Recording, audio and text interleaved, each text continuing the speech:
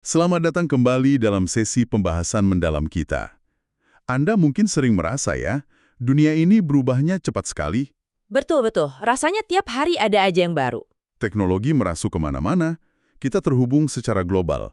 Tapi rasanya, tuntutan pada cara kita berpikir juga, semakin berat. Gimana caranya agar kita tidak hanya bertahan, tapi juga bisa berkembang di tengah semua ini? Pertanyaan bagus. Itu yang sering jadi pemikiran banyak orang sekarang. Hari ini, kita punya sumber yang sangat relevan nih untuk pertanyaan itu. Bab pertama dari buku Howard Gardner, psikolog ternama dari Harvard, yang judulnya Five Minds for the Future. Howard Gardner, yang terkenal dengan multiple intelligences itu ya? Iya, betul. Tapi, di buku ini, dia melangkah lebih jauh lagi. Judul bab pertamanya sendiri, Minds Viewed Globally. Intinya, Gardner bilang ada 5 jenis pikiran atau pola pikir gitu ya, minds, yang mutlak perlu kita asah kalau mau sukses, dan mungkin, ya selamatlah di masa depan. Menarik.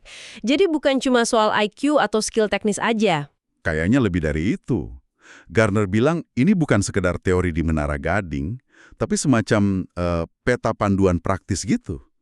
Jadi, misi kita kali ini, kita akan coba bongkar kelima pola pikir ini, coba pahami kenapa Gardner menganggapnya begitu fundamental, dan yang terpenting, apa relevansinya buat Anda yang sedang mendengarkan sekarang. Oke, mari kita mulai telusuri pemikiran Gardner ini. Persis. Gardner sendiri memulai bab ini dengan refleksi personalnya dia. Dia bilang setelah puluhan tahun meneliti cara kerja pikiran manusia, ia merasa ada pergeseran penting. Pergeseran gimana tuh? Ini loh cara kerja otak, tapi begini loh sebaiknya kita pakai otak kita. Nah, itu dia. Kenapa? Karena tantangan dunia yang saling terkoneksi ini, menurutnya, butuh kapasitas mental yang baru. Dia bahkan kutip Benjamin Franklin dulu. Kita semua harus bersatu atau kita pasti akan binasa sendiri-sendiri. Wah, dalam juga ya pesannya. Ini jadi kayak keharusan dong, bukan pilihan lagi. Betul.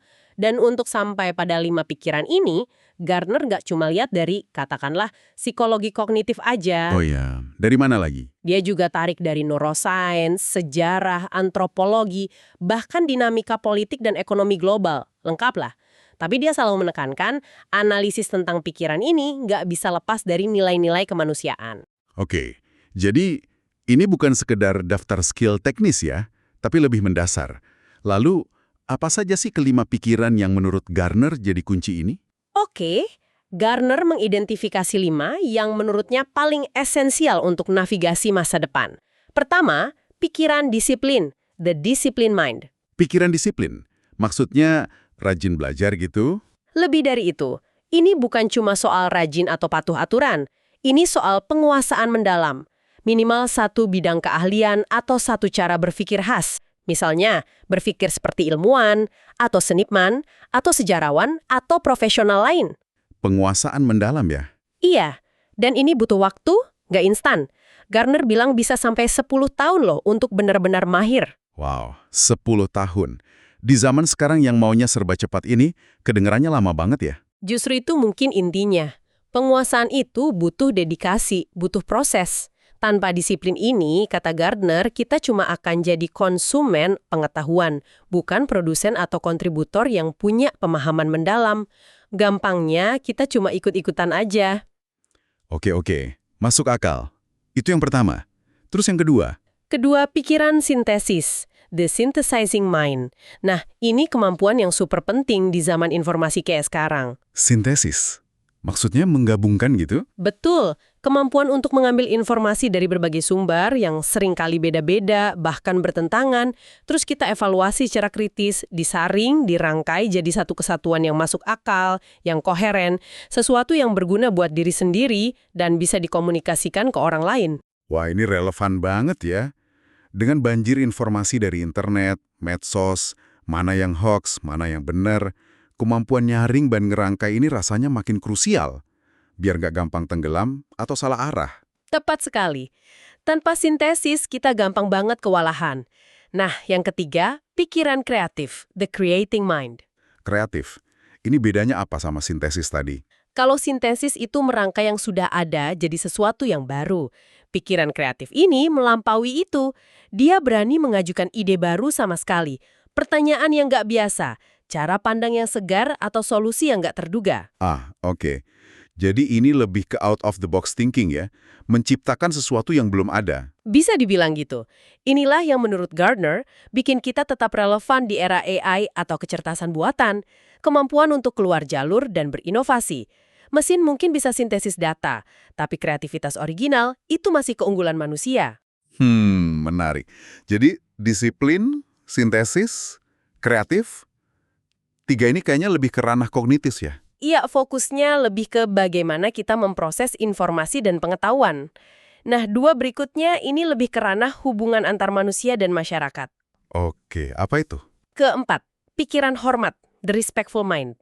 Ini soal kesadaran dan kemauan untuk mengakui, menghargai, bahkan menyambut perbedaan antar individu dan kelompok. Menghargai perbedaan. Iya, berusaha memahami perspektif yang lain, orang yang beda sama kita, dan membangun jembatan untuk kerjasama. Di dunia yang makin terhubung kayak gini, intoleransi itu, kata Gardner, udah bukan pilihan. Itu racun. Setuju banget. Apalagi di Indonesia yang beragam ini ya. Penting sekali. Oke, yang kelima. Yang kelima, ini agak lebih abstrak tapi sangat mendasar.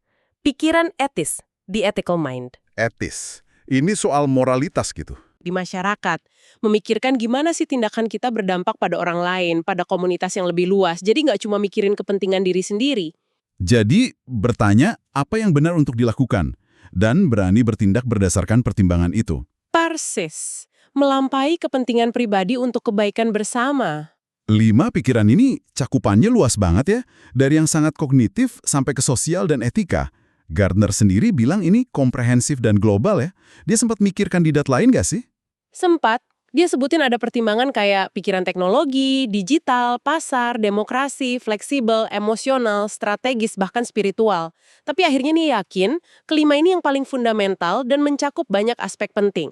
Penting buat diluruskan. Keduanya memang dari Gardner, tapi fokusnya beda banget. Bedanya gimana? Gampangnya gini, kalau kecerdasan majemuk itu kan ngomongin jenis-jenis kapasitas komputasi atau kecerdasan yang beda-beda di otak kita. Kayak ada kecerdasan bahasa, logika matematika, spasial, musik, intrapersonal, dan lainnya. Itu lebih ke potensi atau alat yang kita punya. Oke, jadi kayak modal awal kita gitu ya. Bisa dibilang gitu. Nah, kalau 5 pikiran ini bukan ngomongin jenis kecerdasannya, tapi lebih ke bagaimana kita seharusnya secara sadar dan terarah menggunakan berbagai kecerdasan kita itu secara luas dalam kehidupan nyata, di sekolah, di tempat kerja, di masyarakat. Jadi 5 pikiran ini lebih soal aplikasi dan pengembangan kapasitas mental kita untuk tujuan tertentu di dunia nyata. Bukan sekedar, saya punya potensi musik atau saya punya potensi interpersonal. Tepat. Misalnya nih, pikiran hormat tadi. Jelas butuh banget kecerdasan interpersonal kan? Tapi fokus 5 pikiran ini adalah pada kebijakan pengembangan diri dan pendidikan. Meyakinkan kita semua bahwa kelima cara menggunakan pikiran ini perlu loh kita kembangkan secara sadar dan gimana cara terbaiknya. Jadi lebih ke arah penggunaan dan pembentukan pikiran, bukan cuma deskripsi potensi. Oke. Jadi lebih actionable ya, lebih ke apa yang perlu kita lakukan dengan pikiran kita. Itu memperjelas posisinya. Dan Gardner nggak cuma berteori kan, dia kasih contoh dari pengalamannya sendiri. Betul sekali. Itu yang bikin konsep ini jadi lebih membumi. Dia ilustrasikan kelima pikiran ini lewat perjalanannya sendiri. Coba ceritain sedikit. Oke, untuk pikiran disiplin, dia cerita soal gimana dia mengasah keterampilan menulisnya seumur hidup. Dan butuh sekitar 1 dekade, 10 tahun tadi, baginya untuk benar-benar bisa berpikir seperti psikolog. Dia juga belajar disiplin lain kayak manajemen riset, yang dianggap kayak craft atau keahlian terapan gitu. Intinya, profesional manapun butuh penguasaan mendalam dan latihan terus-menerus. Penguasaan itu emang nggak ada jalan pintas ya? Nggak ada. Terus buat pikiran sintesis, dia ngaku sejak mahasiswa udah suka tuh ngerangkum dan menghubungkan ide dari berbagai sumber. Buku-buku awalnya banyak yang merupakan hasil sintesis. Dia juga lihat pekerjaan manajerial itu pada dasarnya ya sintesis. Gabungin tugas, orang, prioritas, macam-macam. Kita semua mungkin sering melakukan sintesis skala kecil ya tiap hari, pas ngerangkum email panjang atau nyatuin berbagai masukan di rapat misalnya. Tentu, itu juga sintesis lalu pikiran kreatif. Contohnya ya, teorinya sendiri tentang kecerdasan majemuk itu. Awalnya dia pikir itu cuma sintesis dari berbagai riset, tapi ternyata dampaknya begitu besar, menantang pandangan lama soal IQ tunggal, jadi lebih pas disebut kreatif. Terobosan berarti ya? Betul. Dia juga kasih contoh lain kayak gimana auditor bisa kreatif, nyari cara periksa pembukuan di negara yang aturan hukum atau mata uangnya suka berubah-berubah. Jadi kreativitas nggak harus selalu revolusioner skala besar. Oke. Nah, kalau yang hormat dan etis? Kalau pikiran hormat dan etis, dia lihat ini lebih universal, menyangkut hubungan antar manusia. Sikap hormat itu ya upaya aktif memahami orang lain, hindari stereotip. Coba lihat dari sudut pandang mereka. Kalau sikap etis lebih ke refleksi peran kita. Sebagai pekerja, sebagai warga negara, apa sih tanggung jawab kita? Dunia kayak apa yang kita inginkan? Di sini dia nyinggung konsep filsuf John Rawls, Veil of Ignorance. Veil of ignorance, selubung ketidaktahuan. Maksudnya gimana tuh? Pernah dengar tapi agak lupa. Gini, bayangin Anda diminta merancang aturan masyarakat yang adil, tapi Anda nggak tahu nanti Anda bakal lahir jadi siapa di masyarakat itu. Bisa jadi kaya, bisa miskin, mayoritas, minoritas, sehat, sakit, Anda nggak tahu.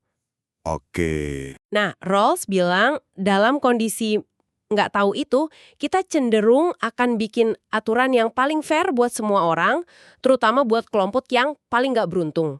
Karena kita nggak mau ambil resiko kan kalau nanti kita yang jadi mereka. jadi kita bikin aturan yang melindungi semua orang karena kita nggak tahu kita bakal jadi siapa. Kurang lagi gitu. Pikiran etis itu mendorong kita untuk melakukan pertimbangan yang nggak memihak semacam itu. Ini juga nyambung ke riset Gartner yang lain tentang good work. Pekerjaan yang nggak cuma bagus secara teknis, unggul, tapi juga bermakna buat pelakunya, menarik, dan bertanggung jawab secara sosial. Etis. 3E. Excellence, Engagement, Ethics. Oke, menarik banget konsep good work ini. Jadi kita udah lihat definisi kelima pikiran, bedanya sama MI, dan contoh-contohnya. Sekarang pertanyaan besarnya nih, kenapa sih kelima pikiran ini jadi begitu mendesak sekarang? Gartner kan menyoroti dua kekuatan raksasa yang membentuk dunia kita ya. Bener. Ini konteks urgensinya. Gartner nunjuk dua fenomena global yang masif banget pengaruhnya. Science and Technology dan globalisasi. Oke, kita bahas satu-satu. Science and Technology dulu. Perkembangannya kan luar biasa cepat ya. Dan dampaknya dominan banget di hampir semua aspek hidup. Kita butuh pemahaman dasar sains, scientific thinking, untuk bisa paham dunia modern. Contohnya? Ya, buat bikin keputusan sehari-hari aja. Soal kesehatan, gizi anak, bedain berita valid sama hoax, itu kan butuh dasar berpikir ilmiah. Belum lagi soal evaluasi klaim-klaim produk atau kebijakan. Dan tentu, kita perlu kuasai teknologi, khususnya komputer dan internet, buat akses dan manfaatin informasi. Kedengarannya, sains dan teknologi ini kayak kunci jawaban buat semua masalah ya. Tapi tadi kayaknya Gartner justru bilang ada batasannya. Batasan apa nih maksudnya? Nah, ini dia bagian yang penting banget dari argumen Gartner. Dia ngasih peringatan.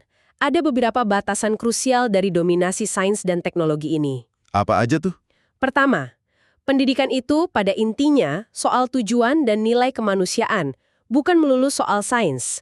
Kebijakan pendidikan yang cuma fokus ke sains, tapi lupa tujuan kemanusiaan yang lebih luas, ya bakal terasa kosong.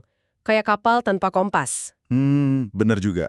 Kedua, temuan sains sendiri itu nggak bisa langsung mendikte cara ngajar terbaik gimana. Contohnya, penemuan soal plastisitas otak, kemampuan otak buat berubah, itu bisa aja dipakai jadi alasan buat metode hafalan berulang-ulang, atau sebaliknya, jadi alasan buat metode eksplorasi yang lebih beragam. Jadi sains ngasih info, tapi keputusan cara ngajar itu tetap melibatkan nilai dan tujuan pendidikan. Oke, jadi sains nggak ngasih resep jadi gitu ya? Nggak selalu. Ketiga, dan ini yang paling fundamental menurut saya, sains itu bukan satu-satunya jalan menuju pengetahuan atau kebenaran. Maksudnya? Iya, ada humaniora, studi tentang budaya, sejarah, filsafat. Ada seni, ada etika, ada pemahaman kewarganegaraan. Itu semua sama pentingnya. Bahaya kalau kita coba ngukur atau memahami, katakanlah, keindahan puisi, makna lukisan, atau arti hidup, cuma pakai kacamata atau metodenya sains. Jadi nggak semua hal bisa diukur pakai angka atau rumus. Jadi Gartner seolah ngingetin kita, sains itu alat hebat, Tapi jangan sampai kita jadi saintis dalam segala hal, apalagi yang menyangkut nilai, makna, dan kemanusiaan ya. Kurang lebih gitu pesannya. Sains punya tempatnya, tapi nggak bisa menjawab semuanya. Nah, kekuatan kedua yang disorot Gartner adalah globalisasi. Globalisasi, ini kan udah lama kita dengar. Apa yang beda sekarang menurut Gartner? Menurut Gartner, globalisasi yang kita alami sekarang ini skalanya beda. Pergerakan modal, manusia, dia sebut ada lebih dari 100 juta orang migran setiap saat. Lalu informasi lewat dunia maya atau cyberspace, dan budaya populer yang nyebar begitu masif dan cepat melintasi batas negara. Ini levelnya belum pernah terjadi sebelumnya dalam sejarah. Dan ini semua menuntut cara berpikir baru yang mungkin belum sepenuhnya kita siapkan. Tepat sekali. Pendidikan formal kita, kata Gartner, seringkali masih kayak nidik anak-anak buat dunia yang udah lewat. Bukan buat menghadapi apa yang dia sebut kerajaan pikiran, empires of the mind, kutipan dari Churchill di masa depan yang super terhubung ini. Pelatihan di tempat kerja gimana? Udah ngejar? Nah, itu juga disorot. Seringkali terlalu fokus ke skill teknis jangka pendek, kurang ngasah kualitas manusiawi kayak pikiran hormat dan etis tadi. Padahal justru itu yang makin krusial buat bisa interaksi dan kolaborasi di lingkungan kerja yang makin beragam karena globalisasi. Jadi kombinasi dari dominasi sains teknologi yang ternyata punya batasan, plus arus globalisasi yang deras dan belum pernah terjadi sebelumnya inilah yang bikin kelima pikiran tadi, disiplin, sintesis, kreatif, hormat, etis, jadi sangat-sangat krusial untuk kita kembangkan secara sadar. Itulah persisnya argumen utama Gardner di bab pengantar ini. Dia menutup babnya dengan penegasan yang sangat kuat tentang konsekuensi kalau kita gagal mengembangkan kelima pikiran ini. Ini bukan lagi soal bagusnya punya, tapi udah soal kebutuhan mendasar. Wah, konsekuensinya apa aja tuh menurut Gardner? Ini penting nih buat kita semua renungkan. Dia nyajiinnya dengan sangat lugas, hampir kayak peringatan ya, tanpa pikiran disiplin, kita cuma bakal bisa ngerjain tugas-tugas rendahan. Nggak akan mampu kasih kontribusi signifikan atau mencapai keunggulan di bidang kita. Oke. Tanpa pikiran sintesis, kita bakal tenggelam dalam lautan informasi, nggak mampu lihat gambaran besar, nggak bisa bikin keputusan yang baik, bingung terus. Kebayang situ. Terus? Tanpa pikiran kreatif, kita berisiko besar digantikan oleh komputer dan AI yang makin pintar ngerjain tugas-tugas rutin, bahkan yang kompleks sekalipun. Kita kehilangan nilai unik kita. Ini yang banyak ditakutin orang ya. Iya. Terus tanpa pikiran hormat, kita bakal merusak hubungan sosial dan lingkungan kerja kita sendiri. Kolaborasi yang produktif jadi mustahil, konflik di mana-mana. Lingkungan jadi toksik ya. Betul. Dan terakhir, tanpa pikiran etis, kita bakal menciptakan dunia yang dihuni oleh pekerja yang nggak bertanggung jawab dan warga negara yang apatis. Sebuah dunia yang, kata Gardner, nggak seorang pun dari kita ingin mewariskannya ke generasi berikutnya. Pesannya kuat banget ya. Ini bukan cuma soal biar sukses karirnya, tapi soal keberlanjutan kita sebagai masyarakat, sebagai manusia, dan tentang jadi manusia yang utuh juga. Gardner kasih contoh sosok-sosok inspiratif kan yang mewujudkan pikiran-pikiran ini? Iya, dia sebut beberapa. Kayak Marie Curie yang sangat disiplin dalam risetnya. Aristoteles sebagai contoh pemikir sintesis ulung, Martha Graham atau Bill Gates untuk kreativitas, terus para penyelamat orang Yahudi di era PD2, atau Komisi Kebenaran Pasca Konflik sebagai contoh pikiran hormat.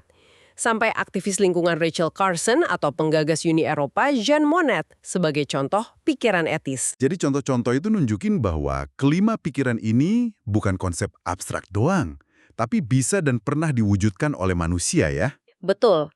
Bukan utopia, tapi sesuatu yang bisa kita perjuangkan untuk dicapai. Oke, jadi setelah kita bedah bab 1 dari 5 Minds for the Future ini, apa ya intisari yang bisa Anda bawa pulang?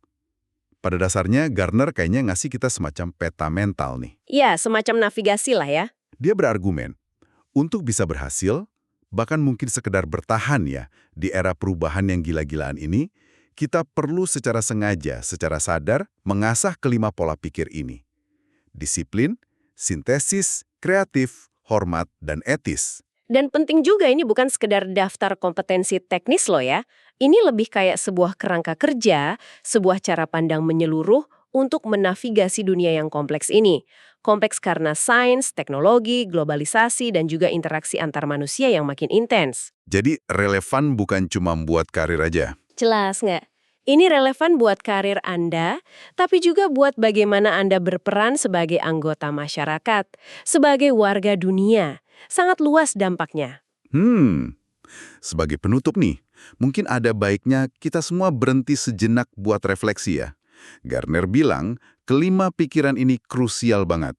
Kalau Anda coba lihat tantangan di sekitar Anda sekarang, di pekerjaan, di masyarakat, dan juga coba lihat ke dalam diri Anda sendiri. Ini mungkin bisa jadi pemicu pertanyaan pentingnya buat Anda renungkan lebih lanjut.